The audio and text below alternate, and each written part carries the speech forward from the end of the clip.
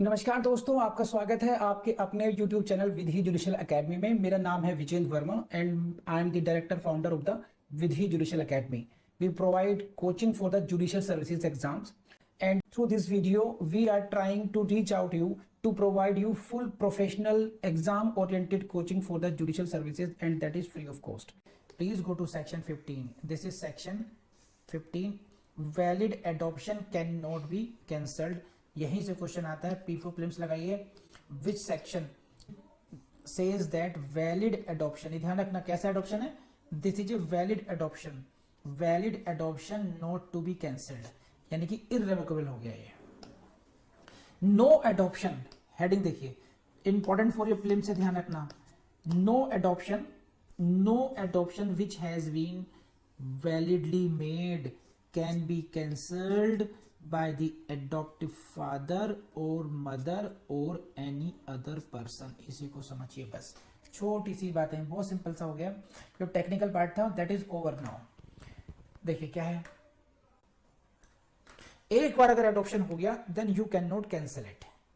ना तो adaptive father cancel कर सकता, ना ही एडॉप्टिव मदर कर सकती है, या कोई तीसरा अन्य व्यक्ति भी नहीं कर सकता। No one can cancel that adoption. शर्त यह है it is a valid adoption in the eye of law. विधि की नजर में ये अगर वैलिड एडॉप्शन है तो वंस एडॉप्शन ऑलवेज एडॉप्शन। क्यों? उसका सारे राइट्स, सारा रिलेशनशिप पिछली फैमिली से बच्चा खत्म हो गया। तो आप इसको इस तरीके से नहीं कर सकते, फुटबॉल नहीं बना सकते कभी इस फैमिली में, नहीं हमें अच्छे लग रहा वापस जाओ, ऐसे नहीं होगा। तो once a valid adoption is always a adoption. ध्यान रखना, it can not be cancelled. ये बात कहां कही गई है? ये बात कही गई है सेक्शन 15 में बस। तो एडॉप्टिव फादर, एडॉप्टिव मदर या कोई अन्य व्यक्ति एडॉप्शन को कैंसिल नहीं कर सकता है, बस। एंड आप नेक्स्ट पार्ट पढ़ लीजिए क्या है।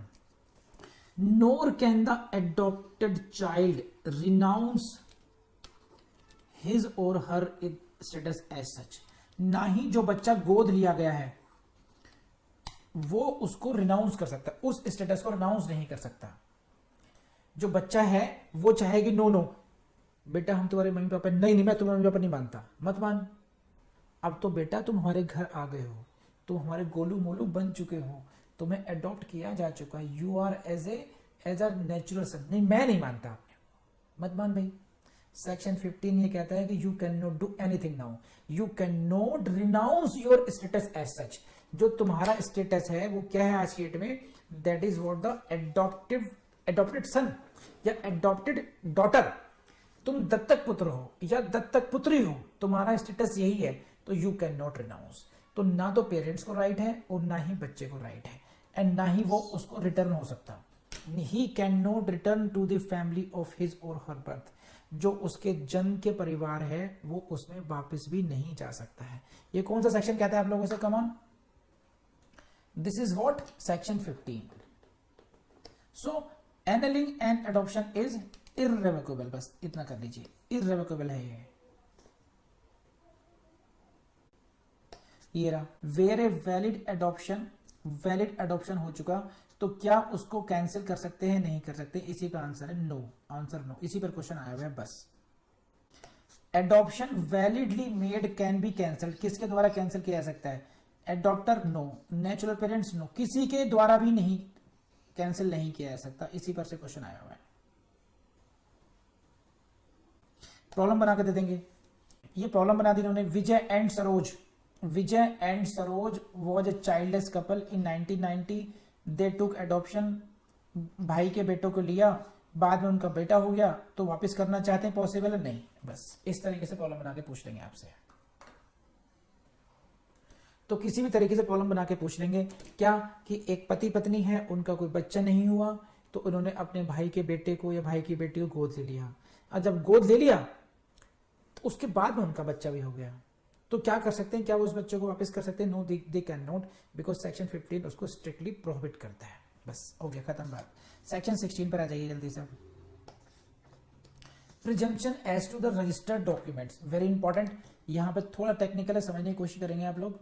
सेक्शन 16 की अगेन डेफिनेशन से क्वेश्चन आएगा प्रीलिम्स में। Which section deals with the presumption with regard to the registered documents. कौन सा डॉक्यूमेंट है, देखो क्या है ये, प्लीज देखो मैंने ब्रेक किया आपके लिए। Section 16 is dealing with what, presumption. Presumption as to what, as to the registered documents. कौन सा, registered documents relating to the adoption, relating to the adoption. अब देखिए नेचुरल, इसमें जो है समझिए, इससे पहले मैं समझाता हूं आपको कि एडॉप्शन के लिए जो शर्तें हैं सेक्शन 6 से लेकर के 11 तक की जो कैपेसिटी वाले सेक्शंस हैं, जो कंडीशंस वाली हैं, वो सारी मीट आउट होनी चाहिए, then it will be a valid adoption. उन कंडीशन में आपने देखा होगा कहीं पर भी ऐसा नहीं है कि it should be like by any written document. तो adoption can be oral, orally हो सकता है, it can be through written document as well. तो there is no as such rule, कोई ऐसा नियम नहीं है, रूल ऐसा नहीं है कि भाई एडॉप्शन का कोई खास मोड होगा, एडॉप्शन का कोई पर्टिकुलर मोड नहीं है। It can be effected orally, it can be effected through a written document. अब सपोज कीजिए A and B are the parents and they have adopted a son as, and later on this adoption is challenged. Son is saying कि मेरा adoption इन्होंने किया था, A and B is saying हमने adoption किया ही नहीं, दिखाओ कैसे एडॉप्शन हुआ। तो son wants to prove adoption, he wants to prove adoption. तो who will go to the court? Naturally son will go to the court, he will go to the court. Then burden of proof कि मेरा adoption हुआ था किस पर लाई करेगा, naturally सन पर ही लाई करेगा। Section 101 evidence act, Indian evidence act, कि अगर आप चाहते हैं कोर्ट से आपके हक में फैसला हो किन्हीं फैक्ट्स के बेस पर, तो आपको फैक्ट्स प्रूव करने पड़ेंगे। तो ये जो एडॉप्शन है, एडॉप्शन को प्रूव करने का जो तरीका है वो वैसा ही है जैसे अदर फैक्ट्स को किया जाता है। इफ इट वाज ओरली, तो आप ले आइए कोई विटनेस को ले आइए जिन्होंने देखा हो, वो टेकिंग, गिविंग और टेकिंग की जो फॉर्मेलिटी थी जिन्होंने देखी थी, या फिर आप रहते आए हैं तो प्रिजम्पशन आपके फेवर में आ जाएगी कि आप काफी साल से यहाँ पर रह जाए, सन रह रहे थे साथ में, सन एंड डॉटर रह रहे थे। और अगर कोई रिटन डॉक्यूमेंट है, देन आप एक रिटन डॉक्यूमेंट के जो जितने भी प्रिंसिपल्स हैं कि डॉक्यूमेंट इटसेल्फ प्राइमरी एविडेंस ही प्रोड्यूस करेंगे आप, तो वो ले आइए आप इसमें, है ना। प्राइमरी सेकेंडरी डॉक्यूमेंट्स होते हैं ना, प्राइमरी सेकेंडरी एविडेंस होते हैं, तो प्राइमरी एविडेंस क्या होता है, डॉक्यूमेंट इटसेल्फ, तो आप रिटन डॉक्यूमेंट ले आइए। तो कोई हार्ड एंड फास्ट रूल नहीं है एडॉप्शन को प्रूव करने का, सिर्फ ये है कि आप उसको जैसे अदर फैक्ट्स को प्रूव करते हैं, जैसे क्रिमिनल केसेस में मर्डर को प्रूव कर देंगे, जैसे अदर सिविल केसेस में आपने फैक्ट्स को प्रूव करते हैं, उसी तरीके से आप एडॉप्शन के फैक्ट को प्रूव करेंगे। ठीक, तो यहां पर प्रिजम्पशन उसके अगेंस्ट होगी जो व्यक्ति एडॉप्शन को प्रूव करना चाहता है, जो कहता है कि एडॉप्शन, मेरा एडॉप्शन हुआ है, तो उसको प्रूव करना पड़ेगा यस एडॉप्शन वाकई में हुआ था। लेकिन इसमें एक अलग से एक प्रिजम्पशन बना दी गई है बाय सेक्शन 16। सेक्शन 16 ये कहता है कि अगर ऐसा हुआ हो, कैसा हुआ हो, ऐसा हुआ हो, दिस इज कि कोई जो एडॉप्शन है वो रजिस्टर्ड हुआ हो, कैसे, when ever any document is produce before any court. कैसा डॉक्यूमेंट है, it is registered under any law for the timing in force and this document is purporting to be the record of the adoption made. Number 1, चलिए देखिए कैसा document है, this document is registered, this document is regarding the adoption, this document is produced before the court and this is signed, this document is signed bye home, by the person giving, जिसने बच्चे को दिया था, by the person taking, ये हुआ the child in adoption. अगर ऐसी स्थिति में हो, कौन कौन सी स्थिति है कि this is a registered document, this document is registered under any law for the time being in force. तो उस समय जो तत्काल समय में जो भी विधि थी रजिस्ट्रेशन से संबंधित, उस विधि के अनुसार इस डॉक्यूमेंट को रजिस्टर्ड किया गया था, उस डॉक्यूमेंट को रजिस्टर्ड किया गया था। एक बात हुई। और ये डॉक्यूमेंट है किसके संबंध में? This document is purporting to be the record of adoption, कि साहब ये एडॉप्शन का रिकॉर्ड है। ओके, तो ये सिंपल रिटन डॉक्यूमेंट नहीं रहा। No, this is a written document and registered, and in addition this is signed by the parents giving and taking. जिन लोगों ने एडॉप्शन में दिया है वो पेरेंट्स हो सकते हैं या फिर समटाइम्स गार्जियन भी हो सकता है, जैसे हम लोगों ने पढ़ा है। और जिन लोगों ने एडॉप्शन में बच्चे को लिया है उन्होंने इसको साइन भी किया हुआ है। तो अगर ये कोर्ट ने प्रोड्यूस किया था, if it is produced in the court, then what is the presumption? ये है प्रिजम्पशन। यहां से क्वेश्चन आएगा, शैल को हाईलाइट कर लीजिए। कोर्ट शैल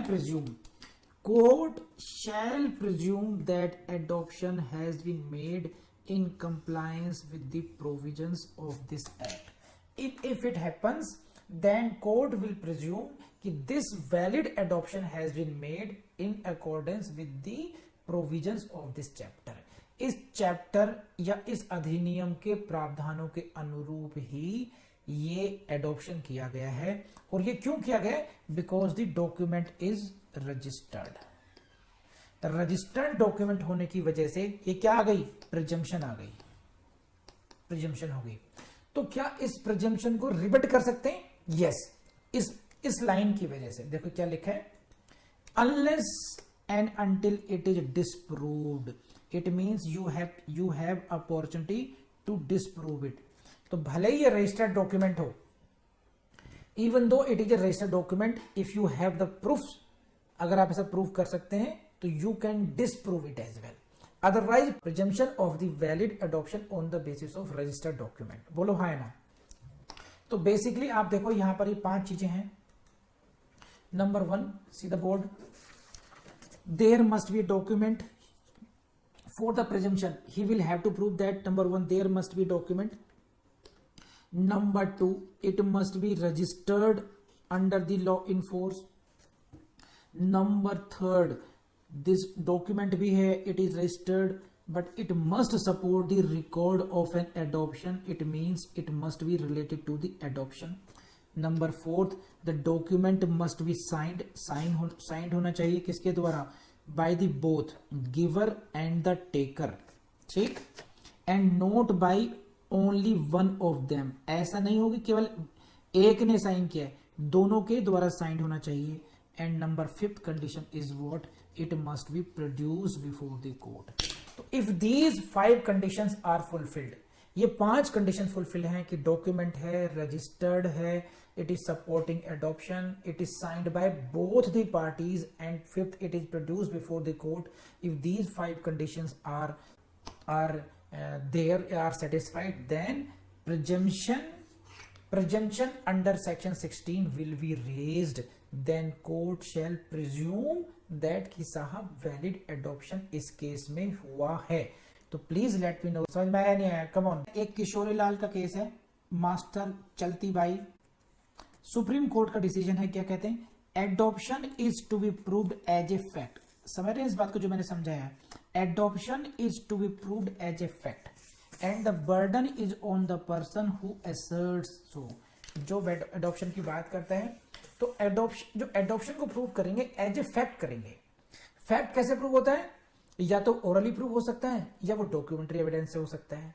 जब ओरली एविडेंस से प्रूव करेंगे तो that must be direct evidence. अगर ये डॉक्यूमेंट्री एविडेंस से प्रूव होगा तो it should B by the primary document, primary evidence, unless secondary is allowed. तो वो सारे रूल्स इस पे अप्लाई हो जाएंगे, ठीक है। और जो व्यक्ति कहता है हाँ सब एडॉप्शन हुआ है तो भैया प्रूव करो, उसी पर बर्डन प्रूव होगा। ये किस केस में कही गई बात? किशोरी लाल में कही गई है। इस केस को मैंने आपको नोट्स में दे दिया गया है, आप लोग नोट करना चाहें तो कर लीजिए, otherwise it is in your notes. खास बात क्या, देखिए, द मियर फैक्ट, इस केस में एक बात और कही गई थी, the मियर fact that adaptive mother has admitted the adoptive boy as adopted son on earlier occasion will not be of any avail। ये कहते हैं कि अगर जो माता है, एडॉप्टिव मदर है, उसने किसी मौके पर ये एडमिशन किया हो, सेक्शन 17 to 23, ठीक है, एडमिशन वाले रूल्स लागू करवा रहे हैं कि अगर उसने एडमिशन भी किया हो तब भी कोई फर्क नहीं पड़ता है। You will have to prove it as a fact will not be of any avail. Admission of the mother, अगर आप कहें साहब देखो उसने उस समय पर इन्होंने मैडम ने खुद ही कहा था कि ये मेरा बेटा है, मैंने इसे गोद लिया है, तो मेरे जान का टुकड़ा है, आज ये मना कर रही हैं। कह रहे हैं देखो उस एडमिशन की वजह से आपका बर्डन ऑफ प्रूफ खत्म नहीं हो जाता है, आपको इसको एज ए फैक्ट प्रूव करना ही पड़ेगा। इसको there is no other remedy, आपको करना ही पड़ेगा। कर लेंगे आप लोग या नहीं? बस तो आप ये नहीं कह सकते कि साहब मदर को एविडेंस देने से रोक दिया जाए कि ये डिस्प्रूव ना करें, शी कैन डू इट। बस इतनी सी बात है। Section 16 is over from my side.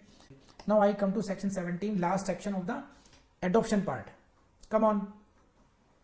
Section 17, prohibition of certain payments. Prohibition of certain payments. Certain payments क्या है ये?